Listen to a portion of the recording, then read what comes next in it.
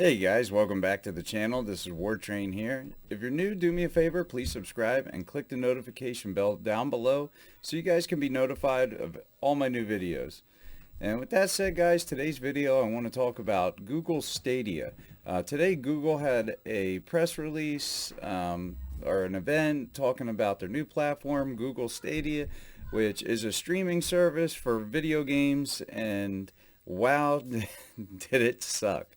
Definitely not impressed. I was keeping an eye on this to just see how it was. I was hoping they had some exclusive games. Definitely was thinking about maybe, pre-ordering it or picking it up whenever it was going to release, which it's going to be releasing this year towards the end of the year.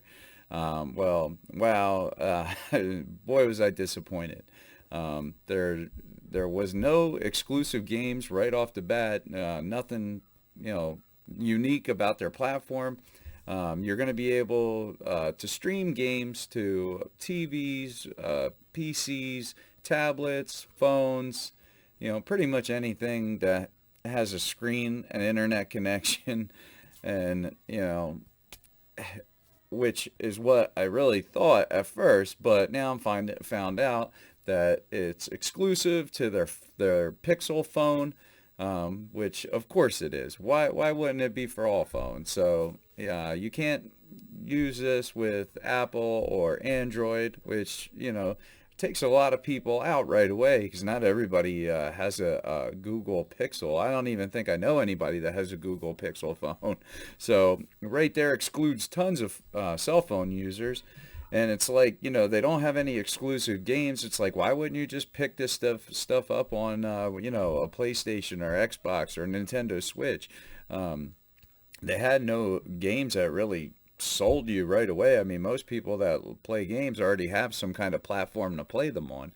I mean, so you get their big $129 Pro version, which is, well, let's see. For $129, you get 3 months worth of access to the Google Stadia platform. You get Destiny 2, woo, like an old game at this point. Okay, you get 3 months of Google Stadia to give to a friend, which is like, okay, whatever. You get a Midnight Blue limited edition controller. Okay, whatever. And you get dibs on whatever name that you want to have for your screen name. You get first pick. So wow, okay, so if I can't be Wartrain, if I come on later, I can be Wartrain 1. Oh wow, big deal. That's not the end of the world, but $129 is kind of a steep amount of money just to pick up a platform just to play Destiny 2, which is a game I already had. So I don't want to just pick up Destiny 2. I can't play it on my phone. Not that I really want to play Destiny 2 on my phone because it'd be small. But yeah, and then you can pay an extra $10 a month for 4K 60. So, okay, so you can play at 4K resolution, 60 frames a second with high dynamic range lighting effects. So that's an extra $10 a month. So the 129 things like a starter kit, and then then you're paying this extra $10 a month. So what is that? I guess it's well, what they call it. They had like an entry level version, which is kind of weak. So I guess you wouldn't get all that stuff, but you kind of need a controller to play the thing, because I mean, it's not like games like Destiny 2 use a touch interface, not that I'm aware of, and they didn't talk about integrating that stuff into anything. So yeah, just really weird. They didn't really touch on the stuff they really needed to. They did on the price, which the price is, it's steep. I mean, for that price, you're in console territory, really. I mean, $129, you're on your way to buying a console. I mean, you could probably pick up a used system for that price. Like a used PlayStation 4 or Xbox One, possibly. and you could get some cheap games. I mean, God, you can get Games Pass on Xbox One for $10 a month and have access to over 100 games instantly, and those you can even download onto your system. So you actually have something sort of. I mean, you don't get nothing. Nothing's tangible there. You're paying $129 for basically a controller that's midnight blue and to pick your name, whoop-de-doo, and and let's see, you know, a little Google Chrome Plus thing to hook to your TV so you can even do it. So you can't even just take your smart TV and just directly hook up to this thing. You have to have this like Google Chrome Plus thing. So yeah, it's like why not just have like a little console then? What's the point? I thought the point was not to have anything there, but you need something. It's just it seems ridiculous. It seems like a lot of money for something stupid. I'm totally content with having my consoles. you know, I think I'll pass on the Google Stadia. They had one chance, I think, to get this right, and they definitely didn't get it right. They should have had at least one bombshell exclusive game, which they didn't have. All the games that they had are multi-platform games, or like coming to Google Stadia and like PC first and then consoles later. It's like, okay, you really needed an exclusive game, guys. That's the one of the most major things. And Microsoft, they know this better than anybody. I mean, look what happened to them. I mean, they got whooped this console generation because they didn't have enough first party exclusive games.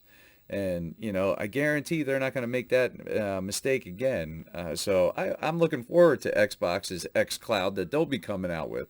Hopefully we'll hear about this here, shortly at E3. That would be awesome because at least Xbox got tons of games.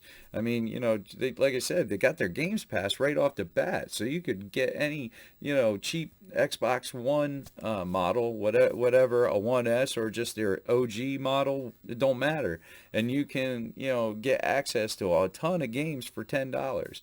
And that includes all their first party games, which is pretty awesome deal if you think about it. You don't even really have to buy a game right away if you didn't want to. You'd pay $10 and you get a ton of games. So even though they're not actually yours, I mean, you still have access to them, which is, it's still good. I mean, I have Xbox Games Pass. I think it's great. Definitely worth the money, that's for sure. But they really dropped the ball on this. I am definitely not picking this up. The only reason I would pick it up is just to check it out on the channel, but I'm really just don't even think it's worth it to me to pick it up because I can't see myself really using it.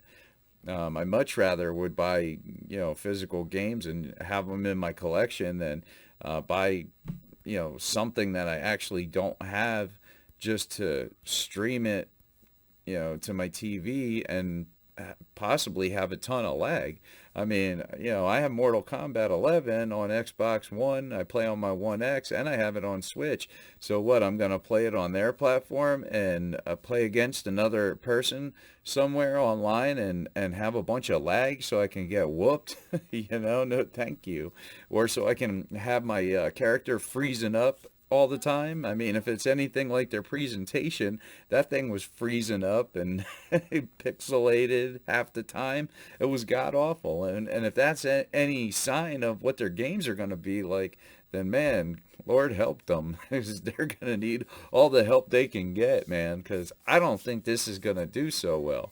I don't really know who this is for exactly. Like I said, I don't know I don't know anybody that has a Google Pixel phone. I mean, maybe it's a great phone, but I just don't know anybody that has them. Everybody I know has iPhones or Samsung Galaxies. I have a Galaxy. I mean, they're just great phones.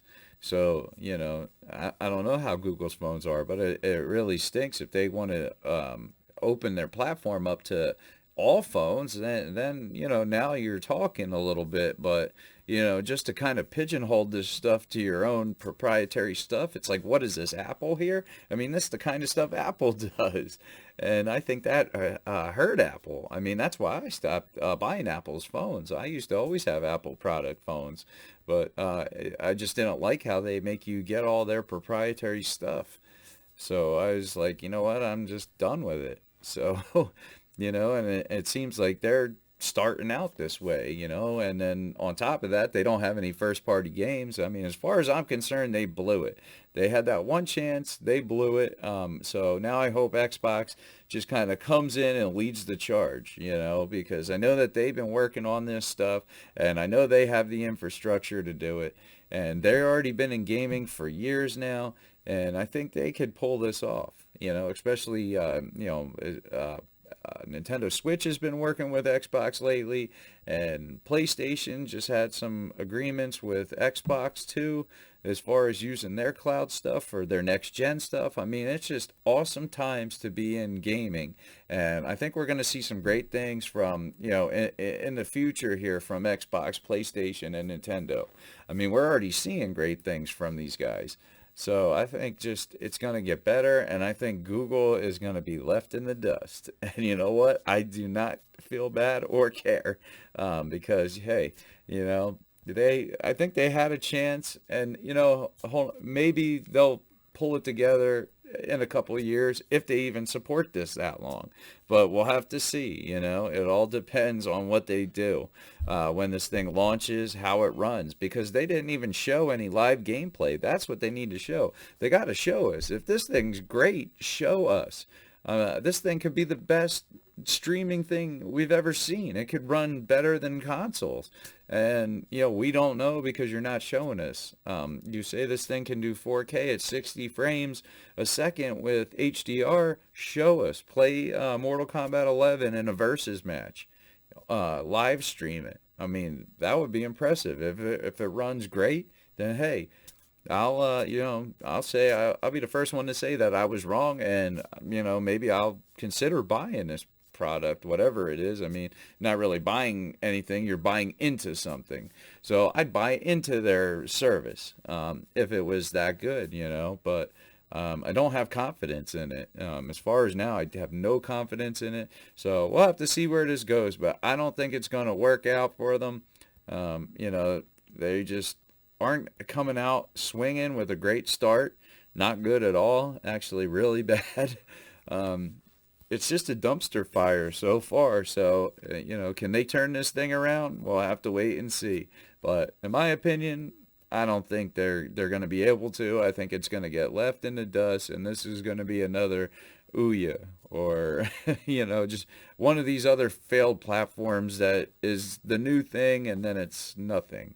So we'll have to wait and see, guys, but let me know in the comments down below what you guys think about Google Stadia. Are you guys interested in it? Do you even know what it is? Is this the first time hearing about it? I'd really like to know. Let me know. But that's the video, guys.